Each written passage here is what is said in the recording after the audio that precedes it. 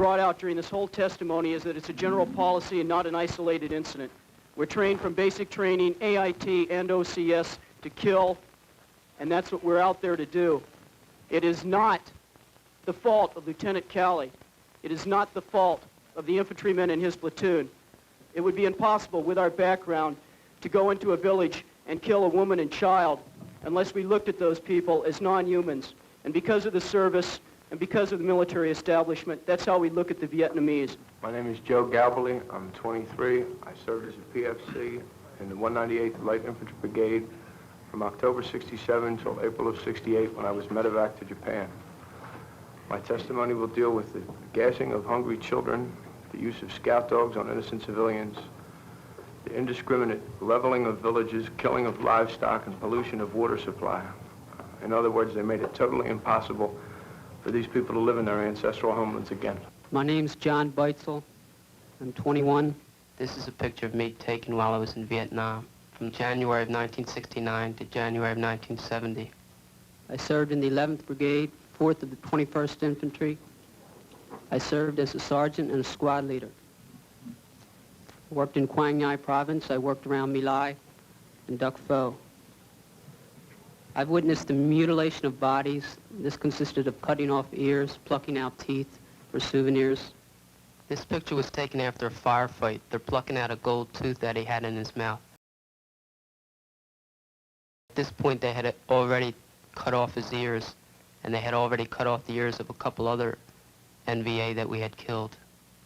At the time it happened, it didn't even seem like aberrant behavior.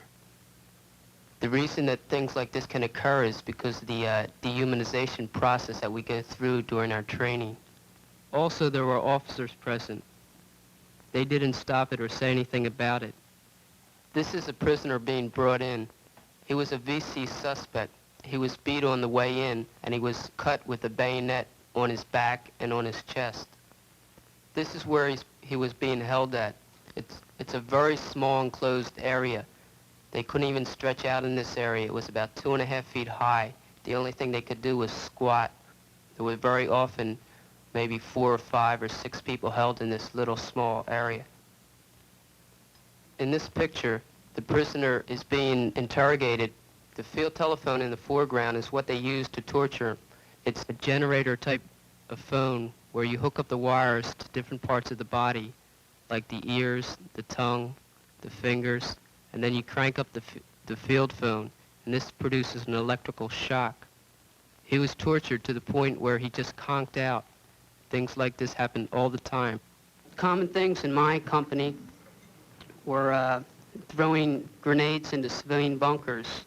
We once threw a white phosphorus grenade, and a lot of times I never thought people were in these bunkers, but an old man came out when we threw this white phosphorus grenade in, and he was all singed and burned.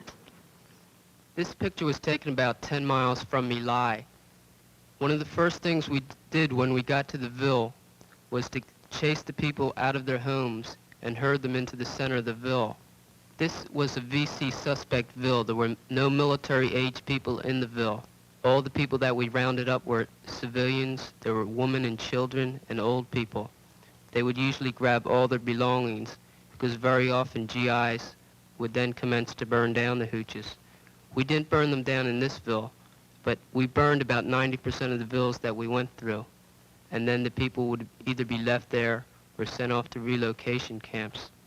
One particular operation was a 3-day operation where we took all the villagers out of the village, put them in a barbed wire compound, interrogated them, tortured some of them, beat some of them, and then we had supplies brought in, Bangalore torpedoes, all types of explosives to just level the Ville and just get rid of anything, make it look like there was never a Ville there. My CO once fired at a group of kids merely because they came up to our hill to collect sea rations. We were also ordered to fire gas grenades at them. There was a big pressure for body count. We had a very low body count in our company, and we had a lot of pressure come down from the battalion commander to the company commander and down onto us. We were given new incentives to get a higher body count. such as a 6-pack of beer or a case of soda, and sometimes a 3-day pass, for the amount of body count we had. One incident, we were working with another company in our battalion, very close with them. Both companies were on the same radio frequency. Came over the radio, the other company told us to pass on to our higher command that they had a body count of 13. So we passed it on up. They were too far to have radio contact. So we passed it on up. Then later, one of our platoons went into the bill, and they said, we can confirm the body count of that company. Said there's 9 women, 3 children, and 1 baby. This is a patrol in a free fire zone. A free fire zone is an area which is suspected of being used by the VC or the NVA. Anyone in a free fire zone is shot at, whether they're man, woman, or child, or whether they're armed or not. These things that I'm telling about, relocation of villages, burning villages, torturing, recon by fire, free fire zone, they were all common. They weren't isolated. We did them wherever we went. On several occasions, one in particular, we set up on a hill which is strategically important, I suppose. And there was a village at the bottom of the hill. We went back down to the village. It was about an 8-man patrol. We entered a hooch. These people are aware of what American soldiers do to them, so naturally they try to hide the young girls. We found one hiding in a bomb shelter in sort of the basement of her house. She was taken out and raped by 6 or 7 people in front of her family, in front of most of the villagers. This wasn't just one instance. This is just the first one that I can remember, but I know of 10 or 15 of such instances at least. The gentleman on my left can collaborate my testimony, as we were together the whole time, served in the same squad in the same company.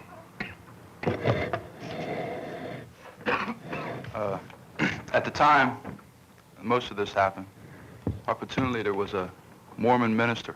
He's dead now, so he can't really be found out and questioned. But when he got there, he was a pretty well high character man because he was a minister. And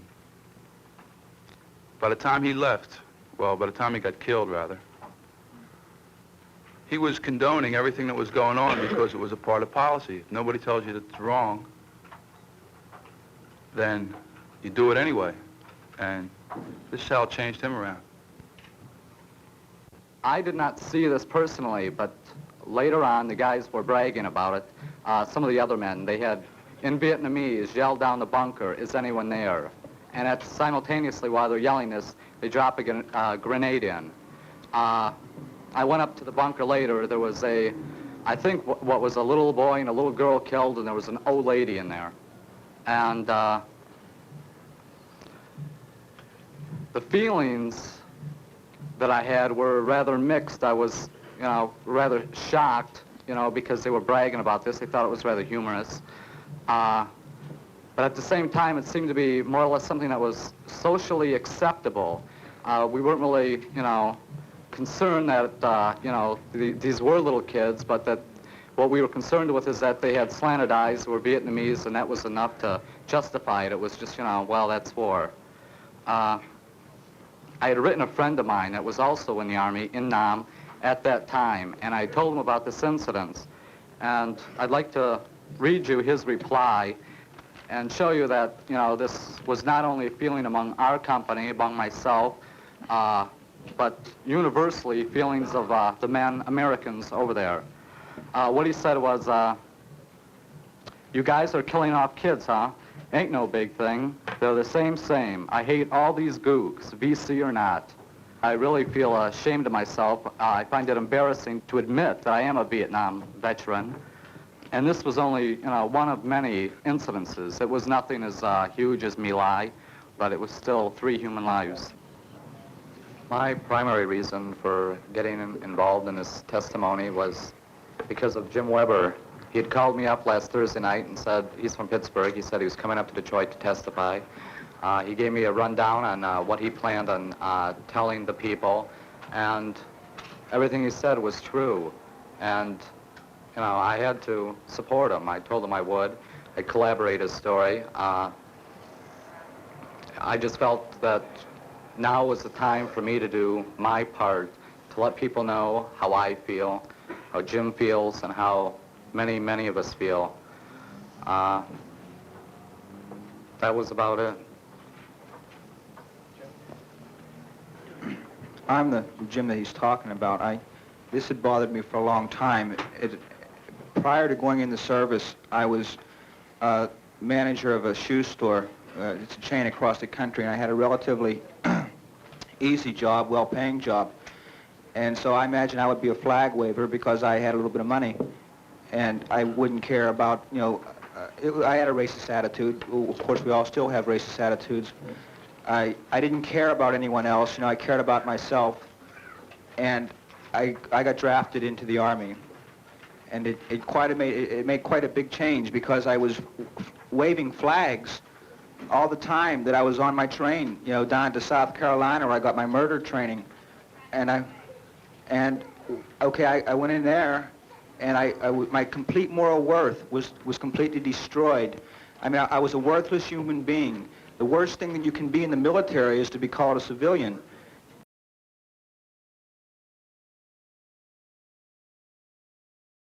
And so they had to completely re-socialize us, which they were very effective at doing. I didn't agree with everything, but I went along with it. Then I was sent on to advanced genocide training down at Fort Polk, Louisiana. And this is where I got, you know, this is where I started to hate anything that wasn't exactly like me, anything that wasn't a fighting machine. I was, you know, gooks, you've heard that mentioned here for 3 days, but I don't think you really know what it means unless you know how much hate is instilled in one person, how much really guilt. I mean, like if you're not white and 21, you know, forget it. And this is what they do. This is what they do. They turn you into a fighting machine. And it's so hideous, some of the things. I mean, we've gone into barracks, you know, we've had like pictures of, they weren't pictures, they were like cartoons with slant eyes, you know, everything was a slant eye, and these little hats on the top, you know, and these were the people that you were hating. They were positioned right above the gun racks, you know, no uniform or anything, just simply the profile of one, or maybe the full face of another. By the time I had left Fort Polk, Louisiana, I wanted to kill my mother, or anyone that wasn't, you know, completely in agreement with me, that I wanted to just kill everything, you know. It's really bad, because I had been trained, and I knew I was an effective fighting machine, and that I was going to kill everything in my path. I went over to Vietnam with the same attitude, and it lasted for about 1 day, and from then on it was all downhill. But even the people that were on our side, man, even the people that were fighting with us were still lower class, second-class citizens. You know, since there weren't that many, they were a complete different race. We would call them niggers, you know, in this country. Over there we call them gooks. You know, it's the same thing. They're second-class citizens. It's a complete racism thing.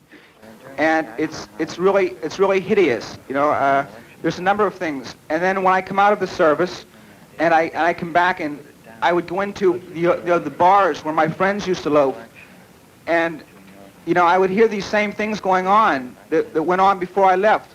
But now things had changed for me, see, because like I had seen what was going on. I had firsthand, you know, I had witnessed these things. And I wasn't getting it from the Pittsburgh Press or the Pittsburgh Post-Gazette or anything like that, man. I had seen it. I was PFC in Vietnam with Company A, 3rd to 21st, 196th Light Infantry Brigade. And few people may have heard about it. It was in August of '69 that they refused to fight.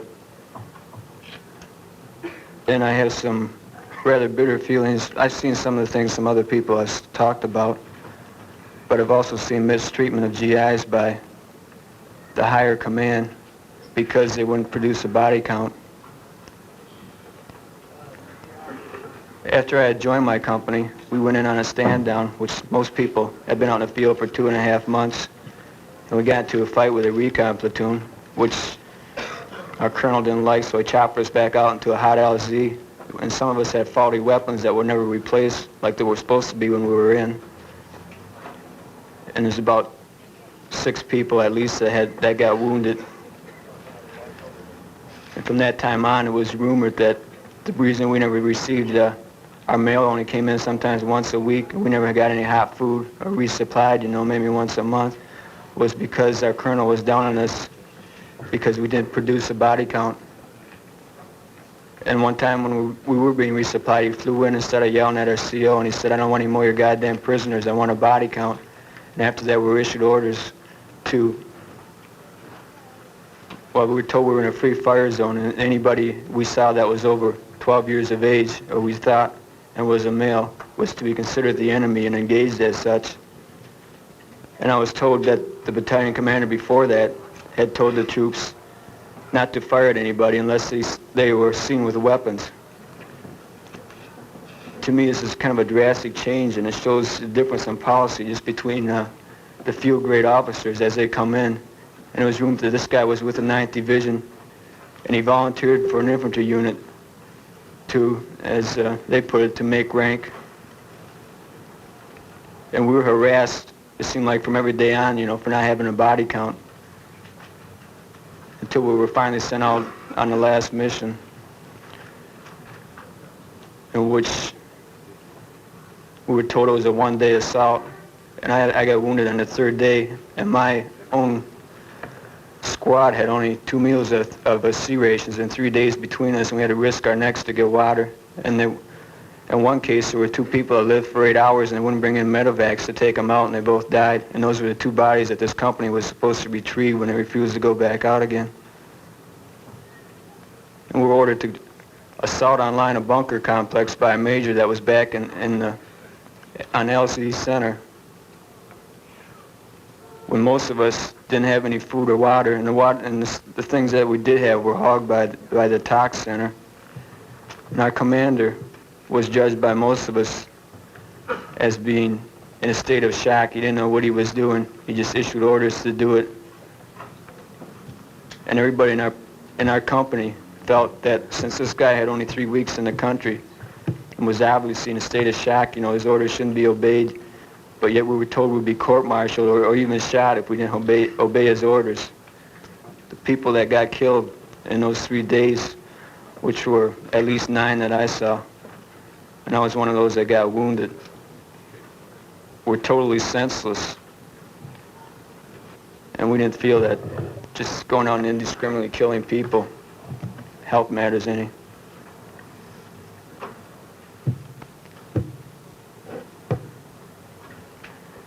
I just don't think it's right to draft somebody and send them to an undeclared war that has moral connotations that are mostly bad, and subject them to just the mental treatment that some of these guys go through. And I think a lot of them feel that it's more the fault of their country than the people they're fighting against. That's all I'd like to say for right now.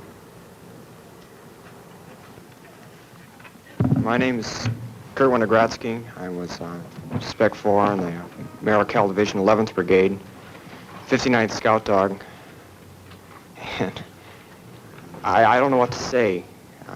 I've been here for 3 days, listening to, people come up here and tell whatever war stories they have and whatnot. And as I said, I worked for Scout Dog, and I worked with different companies of different battalions in our area. And I got to rap with the guys, and I just know that, and we learned somewhere along the line that a dink was less than a person. And these things go on, they really happen. I don't know how to, man, I can't talk, I can't tell you people incidences or whatever you want to hear. I'm just here because it goes on and somebody's got to do something. And here I am,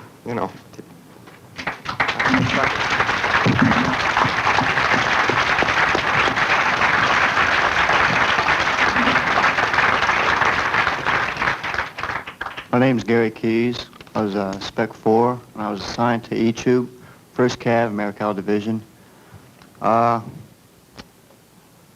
guess the worst thing I really saw over there was mistreatment of civilians. Now, most of this went on when we had convoys running from Duck Foe to Cy Wind. Such things as tear gassing villages, throwing spent .50 caliber rounds at civilians. Sometimes there were instances where children were reported with split skulls from a thrown .50 caliber round. You can get killed just throwing them.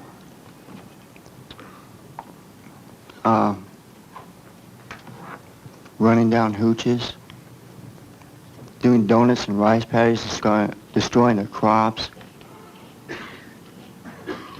The worst thing I ever really saw was we were on a mission. We were taking some grunts out on a beachhead, and there were some fishermen out in the ocean. And a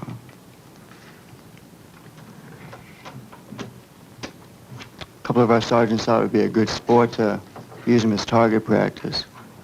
So they swung their .50 calibers around, and they just shot the shit out of them. For no reason, I guess. And I'm no better. A lot of times on mine sweep, we'd pass a lake, also running from Duck Foe to Cy Wind. And there'd be fishermen in this lake, and since we had nothing better to do, we'd fire M79 rounds at them, 16 rounds. Sometimes M60s, we'd call for a test fire, and sort of aim their way, hoping we'd hit somebody. I can't really say why we did it. Maybe it was because we were taught to hate him. I was told by my own lieutenant, well, he saw me wearing one of these bracelets. He asked me why I was wearing it. I told him, I said, well, a Vietnamese boy gave it to me. I said he was a token of his friendship, really. He liked me and I liked him. We gave each other gifts, I suppose. And he told me to take it off. And of course I didn't agree. I didn't want to take it off. I didn't feel I should. But he told me these are the same people. He says, why do you accept gifts from the same people that go out and put mines in the roads and blow up your buddies? And he told me if I didn't take it off, he'd go to more, maybe drastic measures. I don't know. He just dismissed me. But I don't know. I don't want to give any blood stories or nothing. I just can't do it. I just want you to know that the people over there aren't really being treated as human beings. They're being treated as slaves, let's say. Maybe not even slaves. I don't know. I just don't know what to say. I just wanted you to know about it.